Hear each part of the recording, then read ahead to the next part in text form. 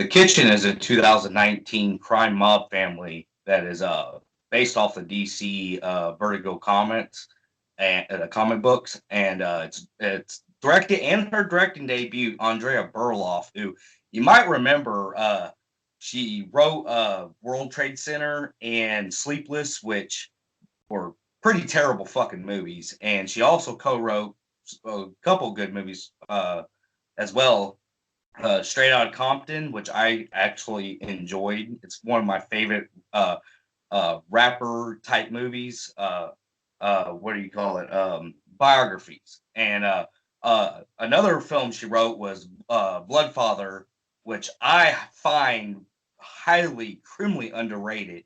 And it's one of Mel Gibson's lower end films that I think people need to watch because it was a blast. And this film takes place in 1978 in Hell's Kitchen, and it follows three women who basically their husbands are part of the Irish mob, and they get nabbed at the beginning of the film, getting ready to plan a heist, and they get arrested and they get sentenced to prison time. And when they go to jail and go to prison, they're promised that the mob would look out after the wives. And then of course in the film the mob leader, which I swear to God, this motherfucker is a doppelganger of fucking Captain Rhodes. It's like Captain Rhodes got reincarnated. This dude looks exactly like him. It's fucking uncanny. It's fucking hilarious. And he runs the Irish mob, and he ends up not sticking with his promise of paying the women. So the women result in having to get involved and try to get some money, and then they end up wanting to become the mob themselves. And basically, they pretty much take over Hell's Kitchen. It's pretty much the whole synopsis of the whole plot. And I'll tell you right now, I saw the trailers to this film when it first came out, and I will be honest with you, I was interested in it because, you know, Melissa McCarthy, which, by the way, this film stars Melissa McCarthy, Elizabeth Moss, and Tiffany Haddish. And when I saw Melissa McCarthy in the trailers, I was kind of like, 50-50. I was interested in seeing her doing something totally different for once. So I was like, okay, I might give this a shot. Well, Justin and I remember it was around the time when there wasn't much movies going on, and him and I did a pretty good stint run and watching a bunch of movies in theaters. So when this movie came out, I remember it was like a dead weekend. So we both had different plans, like outside of films. So we decided to miss this. And a day later, after this came out, I heard nothing but bad shit about this film. Surprisingly, I mean, at worst, I thought it'd be pretty fucking average, but a lot of people I heard told me this movie was like one of the worst gangster films of all fucking time, or at least what they've seen. And I'm gonna be honest with you, upon seeing this film, I'm gonna have to fucking agree. This is the worst crime mob film I have ever fucking seen. Now, I haven't seen Gotti, so I can't make any judgment on it yet. I'll get to it and make my call on that. But as of right now, The Kitchen is fucking terrible. Just giving my pros. The soundtrack. It takes place in the 70s. Got some 70s music playing. I'll give it that. And one other thing I liked was there was this kind of twist that happens to one of the main cast that I didn't see coming. After that, this movie was fucking terrible. And let me start off with my cons. The director. This is her debut, so you could tell she has a hard time.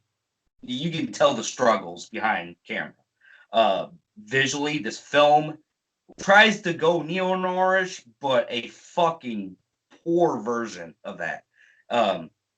There are scenes where it's dark and foggy. Like, it has like this dark fog look to it. And I don't understand what the director was trying to do with the camera and the visuals on that. like I said, she wrote World Trade Center and Sleepless, which I said were terrible films. And while I said there's some that she was involved in, like Straight Outta Compton and Bloodfather, which were good, I'm starting to wonder if, even though she was giving co-credit in those two good ones, I'm starting to wonder if those weren't like, if she was just wrote like a little piece and got credited for it. Because to be honest with you, this film matches the two bad movies that she wrote, World Trade Center and Sleepless, which were fucking terrible. This film feels just like Sleepless. There's no characterization in this fucking film. You don't get no build up with fucking anybody in this. This thing just jumps the gun. 15 minutes in, these women already are mobster kings. They're negotiating with the biggest and the baddest motherfuckers. And they were just housewives that didn't know shit other than their men were involved in some dirty shit. So this movie has no characterization. What can I say about the actresses? Melissa McCarthy and Elizabeth Moss and Timothy Haddish. Well, Melissa is okay. Elizabeth Moss is probably the only good thing, but yet characterization ruins her. But they do more with her character, and Tiffany Haddish is just okay. I'd say Melissa McCarthy character out of them three, it was useless in this whole fucking movie. There's nothing but the director like focuses way too much on pointless scenes. Like this is one big long movie of watching people walking around. I mean, it's like what Randall said in Clerks when he's making fun of Lord of the Rings for all they do is this. I don't disagree with fucking Lord of the Rings, by the way. But this movie is literally people just walking. That's it on sidewalks. There's fucking nothing going on. Oh, and they go and make deals. And just making deals. They're not intimidating. So I don't see how, people are paying up because they really don't show any kind of narrative or a scene where they can come off as tough and scary. So that's a fucking issue.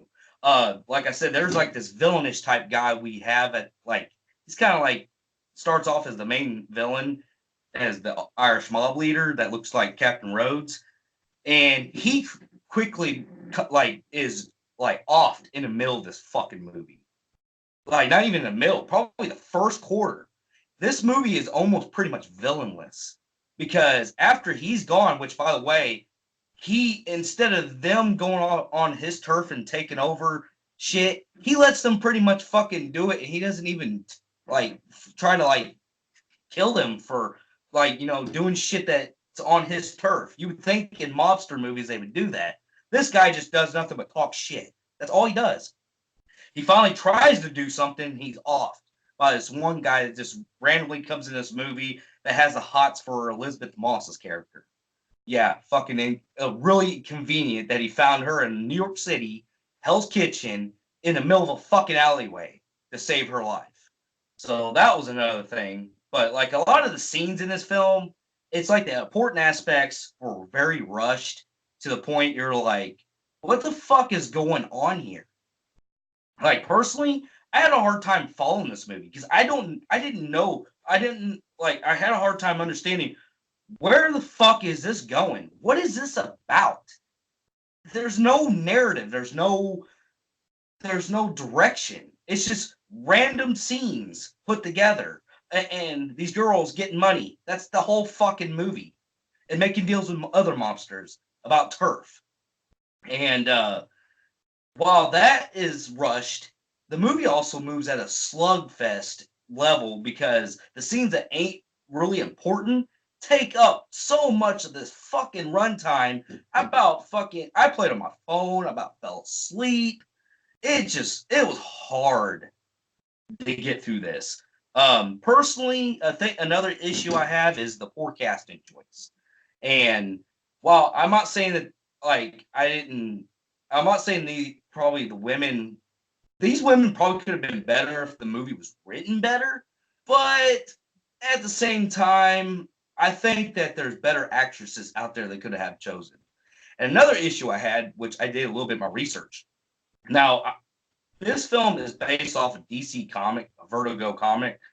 I looked it up, and I looked at a lot of the art pictures of the comic books, and didn't really read it. I read somewhat of it.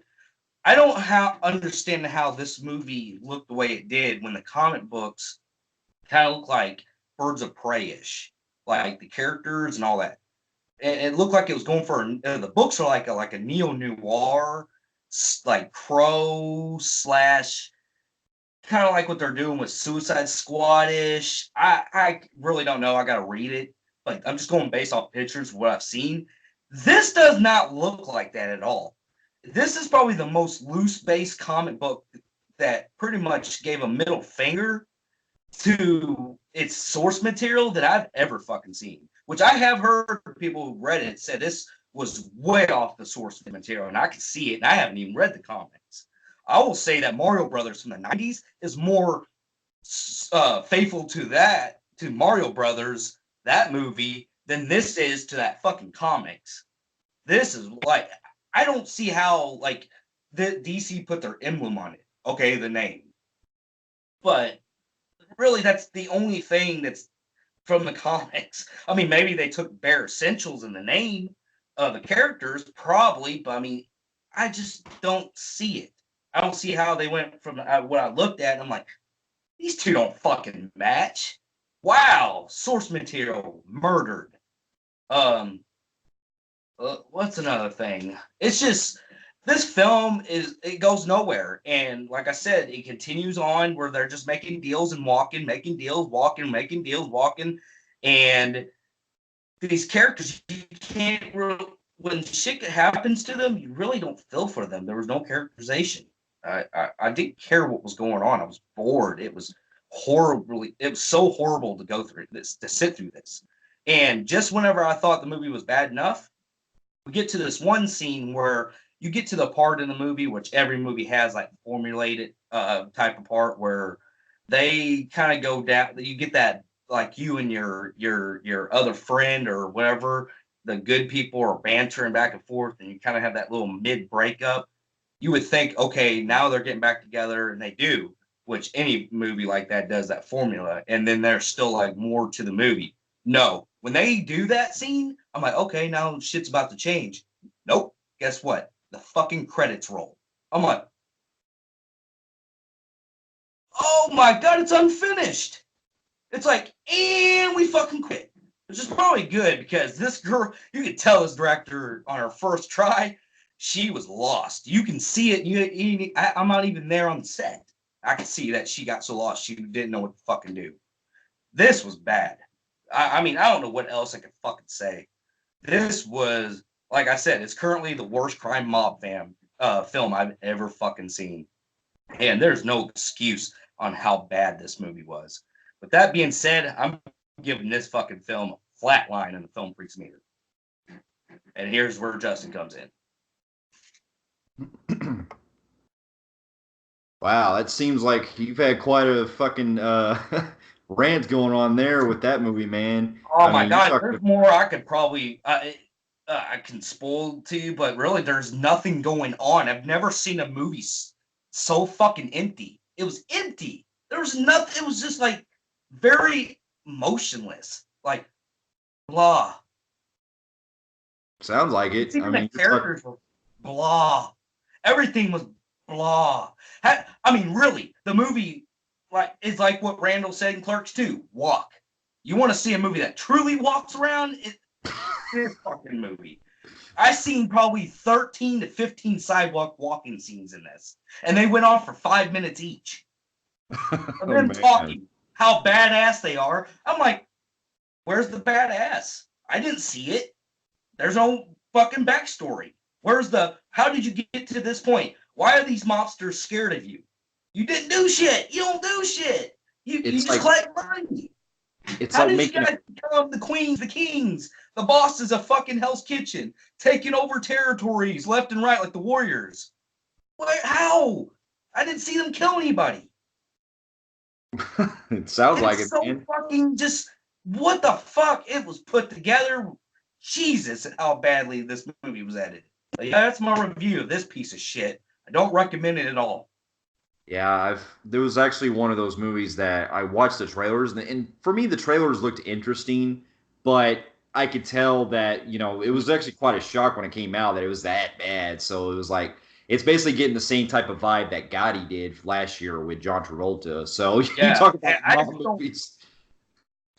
I won't deny that Gotti's probably a bad movie because I'm pretty sure I've heard it by everybody. It is a pretty bad movie.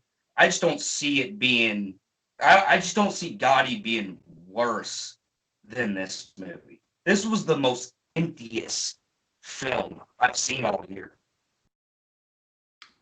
Fair enough, man. Yeah, I'm gonna probably check it out just to kind of shits and giggles, just to catch up on movies that I missed over the That's last in my top few 10. months. Well, This is my top 10. Yep. I definitely hear you. Fair enough. For those of you who have also seen The Kitchen, let us know in the comments below of what you thought about it. And if you like what you see here, you can feel free to like and subscribe to our channel and check out some other reviews here and our website at filmphreeks.com. We'll be seeing you in our next review. We'll see you later. Later.